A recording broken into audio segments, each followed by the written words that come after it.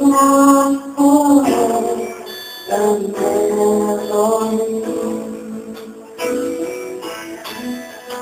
I'm so sad that I can't sleep.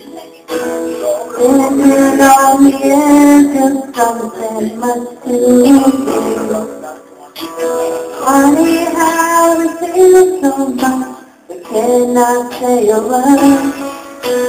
Breathing inside, all over, can't be right.